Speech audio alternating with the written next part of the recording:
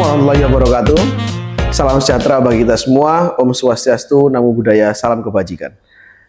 Hai sahabat Bawaslu, kembali lagi di podcast Optimis. Obrolan pemilu tiap Kamis, obrolan santai yang akan mengulas semua hal tentang kepemiluan. Pada kesempatan kali ini saya telah kedatangan tamu, yaitu Kasubag Penanganan Pelanggaran Penyelesaian Sengketa Proses Pemilu dan Hukum, Bapak Raffi Uludin Himam. Selamat siang Pak. Selamat siang Mas Anda, terima kasih. Bagaimana Pak kabarnya hari ini Pak? Alhamdulillah pagi hari ini kita dalam suasana yang sehat dan saya harapkan sahabat-sahabat Bawaslu juga sehat-sehat semuanya. Amin.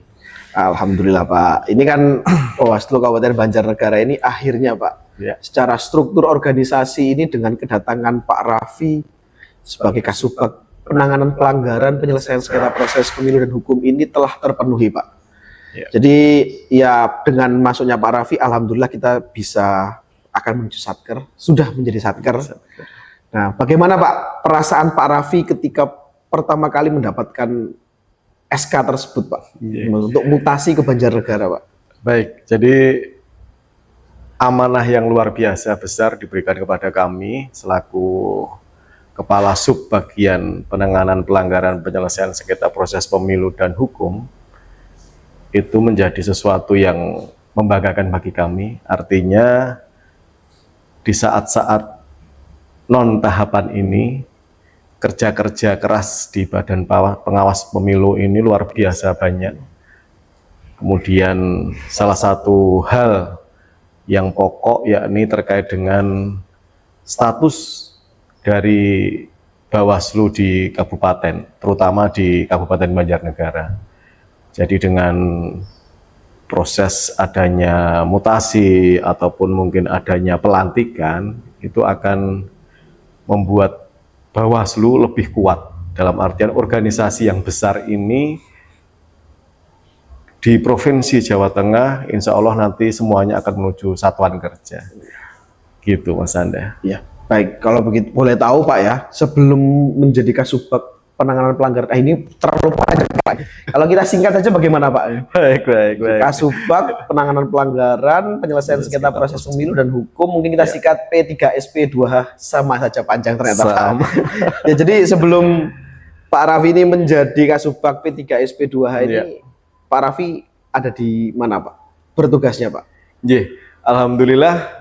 Sebelum kami mendapatkan amanah di sini, di Kabupaten Banjarnegara ini, dari tahun 2021, kami mendapatkan tugas di Koordinator Sekretariat di Bawaslu Kota Surakarta. Kemudian setelah itu melanjutkan lagi di Bawaslu Kabupaten Temanggung, selaku Kepala Subbagian Administrasi. Dan yang terakhir di sini selaku Kasubag P3SP dan Hukum, dan ternyata juga masih diamanahi selaku PLT Kepala Sekretariat Bawaslu Kabupaten Temanggung. Jadi amanah yang luar biasa berat bagi kami, tetapi alhamdulillah dengan kondisi lingkungan kerja yang nyaman, dengan saudara-saudara teman-teman kita yang lumayan luar biasa baik, akhirnya kita sama-sama bekerja untuk kemajuan demokrasi di negara tercinta kita ini. Seperti itu. Tadi kan dari Korsek di Surakarta, kota Surakarta ya Pak, kemudian Kasubag Administrasi di Kabupaten Temanggung, kemudian sekarang Kasubag P3SP2H. Ini kan bisa dibilang secara apa ya Pak? Background latar belakang ini kan sepertinya kok tidak nyambung Pak, masuk ke penanganan pelanggaran penyelesaian sengketa, kemudian ada hukumnya juga. Ini bagaimana Pak perasaan Pak Raffi dan apa yang bagaimana ya perasaannya sih Pak, lebih ke perasaannya memang. Jadi intinya kita selaku ASN harus siap ditempatkan dimanapun, dengan bidang apapun, dan dengan perbedaan yang ada, yang awalnya dari koordinator sekretariat, kemudian menjadi subbagian administrasi, dan sekarang di bidang teknis, kita harus menikmati itu karena itu adalah amanah yang diberikan oleh pimpinan kita di RI utamanya dari Bapak Sekretaris Jenderal Bawaslu Republik Indonesia, kita selaku ASN harus dengan gembira, harus bertanggung jawab dengan apa yang menjadikan amanah bagi kita, seperti itu. Berarti memang sebagai bentuk pengabdian juga ya Pak ya. Betul. Berarti Pak Raffi memang sudah siap Insya Allah ditempatkan siap. dimanapun, Insya Allah dalam posisi apapun. siap. Ya. Nah, dari yang sebelumnya administrasi sekali, mengurus dokumen-dokumen, berarti gitu Pak ya? Iya. Termasuk SDM, keuangan, perencanaan, kemudian sekarang teknis. Hal-hal apa yang dari sejak Pak Raffi berdasarkan latar belakang itu, kemudian sampai pada saat ini menjabat sebagai Kasubag P3SP2 itu apa saja yang sudah didapatkan Pak? Jadi sahabat Bawaslu menjadi ASN itu sebenarnya dibutuhkan effort yang tinggi. Artinya kita harus siap dimanapun ditempatkan dan dijadikan abdi negara, entah itu selaku kepala sekretariat, entah itu kasubag di administrasi, ataupun dimanapun selaku ASN kita siap. Kita harus menyikapi hal itu dengan rasa syukur yang pertama, yang kedua adalah rasa tanggung jawab. Artinya pengabdian kita kepada negara ini harus selalu kita tegakkan, seperti itu. Ya. Dan tadi Pak Raffi kan juga menyampaikan bahwa di masa non tahapan ini, Iya. yang mungkin dari dalam bayangan sahabat Bawaslu semua itu, bayangannya ketika tidak ada tahapan pemilu, Bawaslu ini tidak ada kerjanya.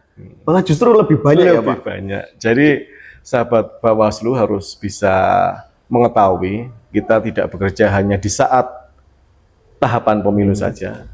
Di saat non tahapan pemilu pun kita juga memberikan atau berpartisipasi aktif kepada seluruh stakeholder yang ada di Kabupaten Banjarnegara utamanya.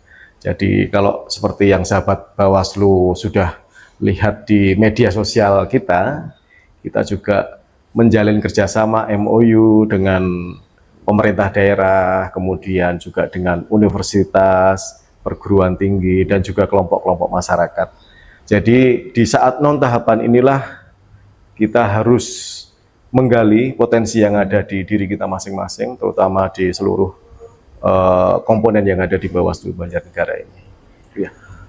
Tadi kan sempat disinggung ada kerjasama ya Pak. Kerjasama ini sebenarnya tujuannya untuk apa Pak?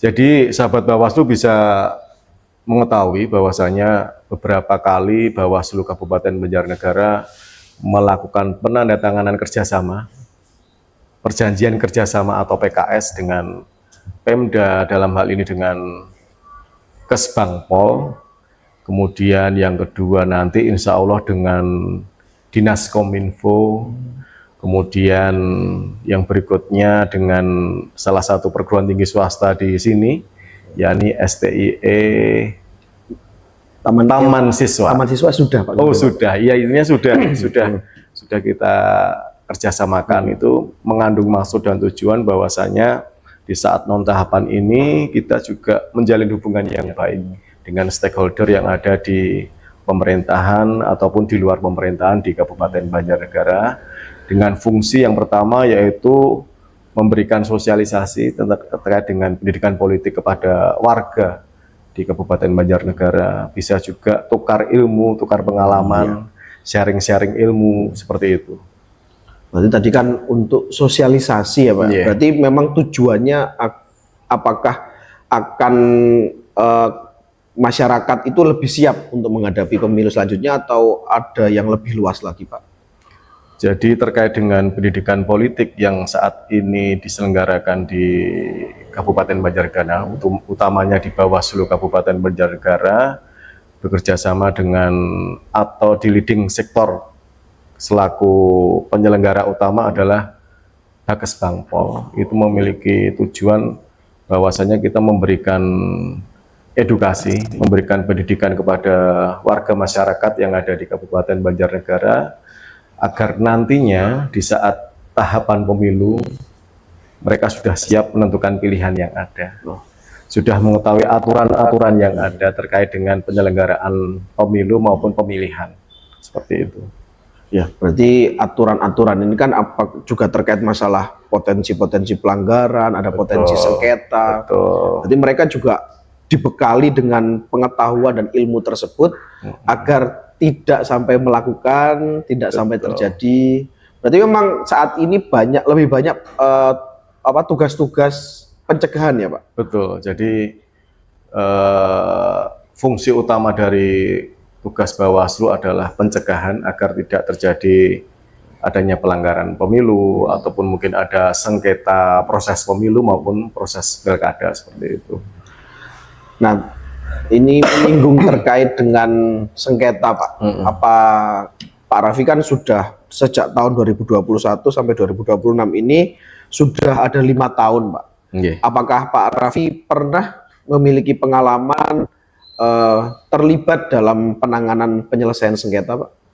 Jadi sahabat Bawaslu harus tahu sebenarnya. Jadi sengketa proses pemilu itu bisa terjadi dari yang pertama adalah antar peserta pemilu, yang kedua peserta pemilu dengan penyelenggara pemilu. Jadi kalau yang pertama tadi antar peserta pemilu itu dari sesama peserta pemilu terjadi adanya suatu permasalahan ataupun suatu sengketa seperti itu. Kemudian yang berikutnya, kalau yang tadi antara peserta, yang berikutnya adalah peserta pemilu dengan penyelenggara pemilu.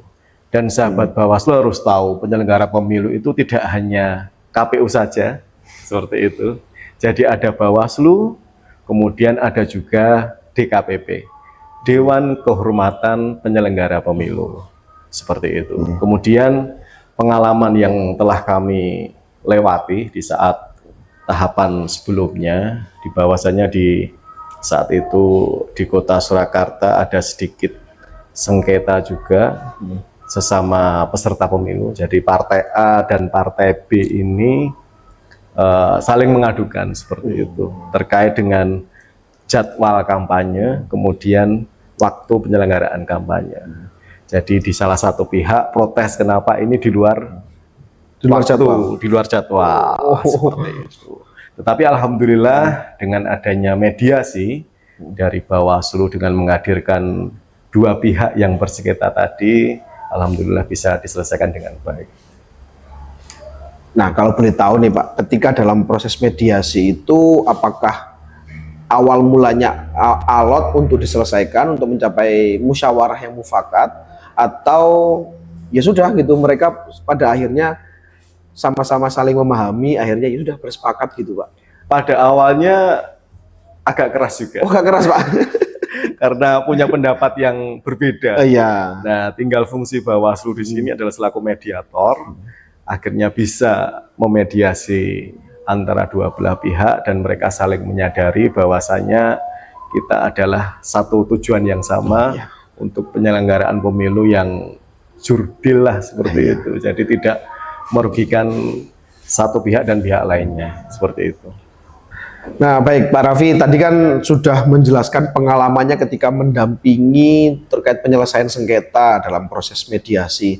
Nah, kalau untuk penanganan laporan pelanggaran, Pak, apakah ada pengalaman, Pak, atau mungkin punya kisah yang lain, Pak, terkait masalah pelanggaran pemilu, Pak? Oke. Jadi kembali lagi di saat kami mendapatkan amanah di Kota Surakarta, jadi kita lebih kepada sifatnya yakni pencegahan saja. Jadi memang roh utama kita itu kan di pencegahan ya. Iya, Pak. Jadi kita bekerja sama menjalin komunikasi yang baik dengan pemerintah daerah Kota Surakarta, dalam hal ini dengan Badan Kepegawaian Pengembangan Sumber Daya Manusia BKPSDM Kota Surakarta terkait dengan netralitas ASN seperti itu. Jadi bagaimana caranya seorang ASN tidak memihak di salah satu pasangan calon seperti itu. Iya. Oh, ketika ASN memihak itu kan berarti dia punya tendensi khusus, Pak ya? Pasti. Pasti, Pak ya. Jadi memang seperti itu, sahabat Bawaslu, kami memang di Bawaslu lebih banyak tugas-tugas pencegahannya, Pak ya. Betul. Jadi bukan berarti ketika tidak ada pelanggaran, tidak ada laporan pelanggaran, bukan berarti kita tidak bekerja. Bukan berarti kita tidak mau bekerja juga. Betul. Tapi memang sudah dilakukan pencegahan pelanggarannya. Jadi dalam artian seandainya tidak ada laporan, tidak ada sengketa, bukan berarti kita tidak bekerja. Jadi bekerja kita di saat non tahapan seperti ini, lebih kepada pencegahannya. Makanya tadi Pak Raffi menyampaikan bahwasanya di non tahapan ini pekerjaannya juga sangat banyak. Betul. Jadi seperti itu sahabat Bawaslu, dan terima kasih Pak Raffi atas apa yang telah disampaikan, atas kisah-kisahnya yang dibagikan, atas laporan bahwasanya Bawaslu ini tetap bekerja di masa non tahapan ini untuk pencegahan pelanggaran dan sengketa pemilu. Jadi seperti itu sahabat Bawaslu. Mungkin Pak Raffi ada yang mau disampaikan untuk sebagai penutup kepada sahabat Bawaslu? Jadi sahabat Bawaslu harus diketahui bahwasanya di saat non tahapan ini bukan berarti Bawaslu tidak bekerja. Seperti yang sudah kami sampaikan tadi, kita lebih kepada pencegahan terjadinya pelanggaran maupun sengketa proses pemilu maupun pemilihan. Jadi sahabat Bawaslu harus tahu juga bahwasanya kita Bawaslu terus untuk melakukan pencegahan dengan melalui pendidikan politik kepada seluruh lapisan masyarakat di Kabupaten Banjarnegara ini. Baik, terima kasih Pak Raffi atas apa yang telah disampaikan dan dibagikan kepada kita semua. Baik, saya akan menutup episode podcast pada kali ini dengan sebuah pantun. Jalan-jalan ke Banjarnegara, cakep. Segarnya minum es dawet ayu, cakep. Mari bersama awasi pemilu, jaga keadilan bersama Bawaslu. Luar biasa. Sampai jumpa pada episode optimis selanjutnya. Saya Anda Arsyad Anwari pamit undur diri. Assalamualaikum warahmatullahi wabarakatuh. Waalaikumsalam.